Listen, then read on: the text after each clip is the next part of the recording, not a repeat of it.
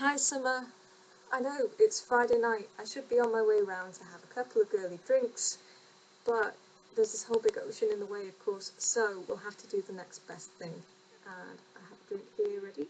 I have a few questions that I wanted to ask you, so let's catch up.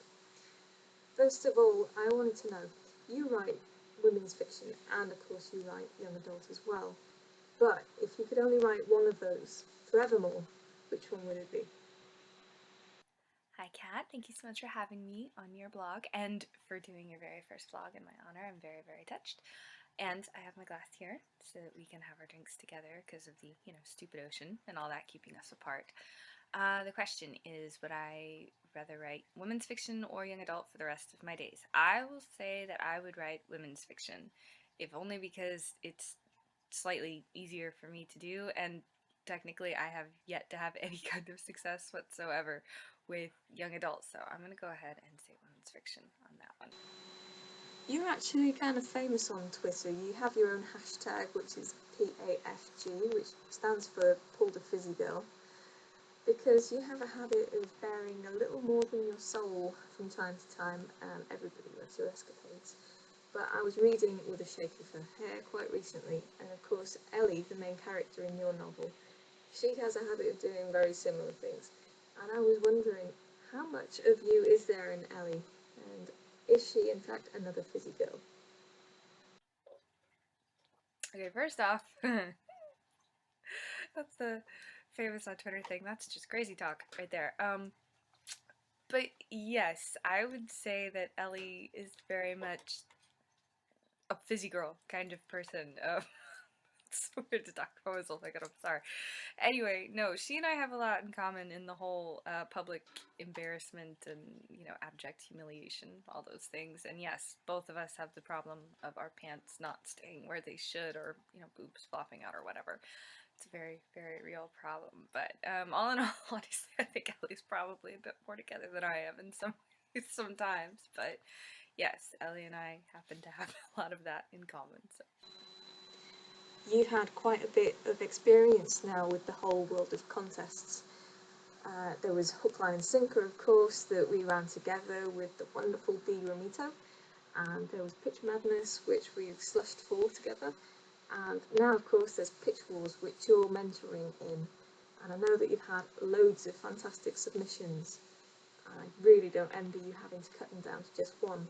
So I was wondering, how are you whittling them down, and how are you going to decide who that final one's going to be? The contests. Yes, I do have a lot of experience in the contests, both from being in them and running them over the last couple of months, which has been a ton of fun. And say hi to Dee for running Hook, Line, and Sinker with us. The pitch wars. I had no idea. I had no idea it was going to be like this. I thought 15 people tops, maybe, if I was lucky, would apply, and I can't, oh my gosh, I cannot even believe how many submissions came in, let alone how many brilliant submissions came in. And I am actually still in the process of trying to make my final selection, and it is impossible because you think of it, if an agent were to get 100 queries, at once, like I did, and they would search them and they go, okay, this is good. I'm going to request more, and we'll do what we want to do this. Oh, this one's good. I'll request more and do what I want to do with that one. I can't do this here. I have to pick one. It's like an agent diving into their slush pile and saying, okay, out of this entire slush pile, I can only pick one thing. It is insanely hard, and I could not feel worse all the time. The idea of having to tell people that I'm not going to be able to pick theirs when theirs is perfectly, completely, unbelievably brilliant, and I'm sure I could do lots of good stuff with it. Yeah. So I honestly, it's just going to come down to whatever gives me the very best feels, and the one that I feel like I could do the best with myself. Not because I don't think their thing is completely brilliant, but what will I be able to use my very strange abilities for to help out in the end. There's a dog that has just hopped up here. Hi, Peyton Pooper, how's it going? Ah, yes, vlogs, good time. So, all in all, what have been the best and the worst moments of your writerly life so far? Okay. Best and worst. I'll actually start off with the worst just because I don't want to end it on a sad story. my worst moments of my writerly life happened back in about March of this last year, and I'd hit like my all-time very personal low as far as thinking I was going to be a writer and thinking I was never going to succeed in this at all, and the idea of, oh my god, what am I going to do? I've done hundreds of queries over the last 4 years and nothing's worked, and I just thought that was it, and I was literally trying to come to terms with the idea that this thing of wanting to be a writer and doing this for the rest of my life, and this part of me that was probably the biggest part of my individual personality, you know, aside from my family and my children and whatnot, that I was going to have to let it go. And I was terrified. Every day I would wake up going, if I don't have these stories in my head to put out there, I don't know what I am or who I am. And it was this whole big identity crisis, and it was really, really terrible. And if you ask my husband about it, he'll tell you that one night I got really, really, really, really upset, and I threw a water bottle. Not at him, but I threw one because I was very low and it was very sad. Now, on to the good stuff. I want to say that the very best moment of my writerly career is when I signed with Sarah Lapola, who I love so very much. And it is, honestly, if you put it on paper, that is the very best moment. But, like, feels-wise, my very favorite moment happened at the Midwest Writers Workshop this last summer, where I met Sarah. And I don't even know how to explain the last day of that workshop, but it was the coolest moment of my entire life, just spread out over like 4 hours.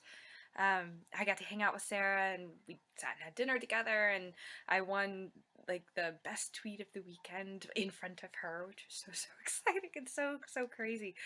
But no, just that whole experience of going there and having this hangover feeling from back in March of when I thought that this whole writer world of mine was coming to a screeching halt, and then all of a sudden having requests from all four agents at the workshop, and it led to my getting signed. So it is, honestly, I love it. I look back on it and I think no matter what happens in my life, I've always got that Saturday, and I'm really glad that some parts of it are still on video, because every once in a while I'm feeling kind of blue. I'll pop one of those in to make myself feel a little bit better. But no, I sincerely cannot emphasize how brilliant that weekend was for me, and I'm really, really happy that I went. And of course, you're Fizzygrrl, so that means you never sit still for very long. And I've been wondering, what's the next thing you're going to be working on? What's the next writing project for you? Okay, the next thing I'm going to be working on is another women's fiction, because I figure I should kind of stick with what I know for now. And it's called Chasing Pineapple, and I'm so ridiculously excited to get started on this, aside from the fact that I sincerely think it is the best book title ever. Um, but it's a little bit darker than With a Shake of Her Hair, and it'll have some, you know, heavier things to deal with than what Ellie does. But I still am going to do it in my kind of summery Fizzygrrl fashion, and take something that's kind of serious and kind of sad and hard to deal with, and put, you know, the best spin on it that I can, and, you know, fill it with, you know, the love-ins and the sexy moments. Okay, yeah, well, I will attempt to fill it with the sexy moments. Anyway, but yeah, it's called Chasing Pineapple, and I'm really, really looking forward to getting started on it as soon as I finish revisions, because I think it's gonna, if I can do it right, I think it's gonna turn out pretty good. Anyway. And because I'm the sort of person who would Google you from time to time, in a completely non-creepy way, of course, I Googled you, and I had a look at the pictures that came back when I searched for Summer Haycock. And the first one that came back was one which, with a little technical wizardry, might just pop up on the screen now. Yeah. So, I was wondering, what's this picture about?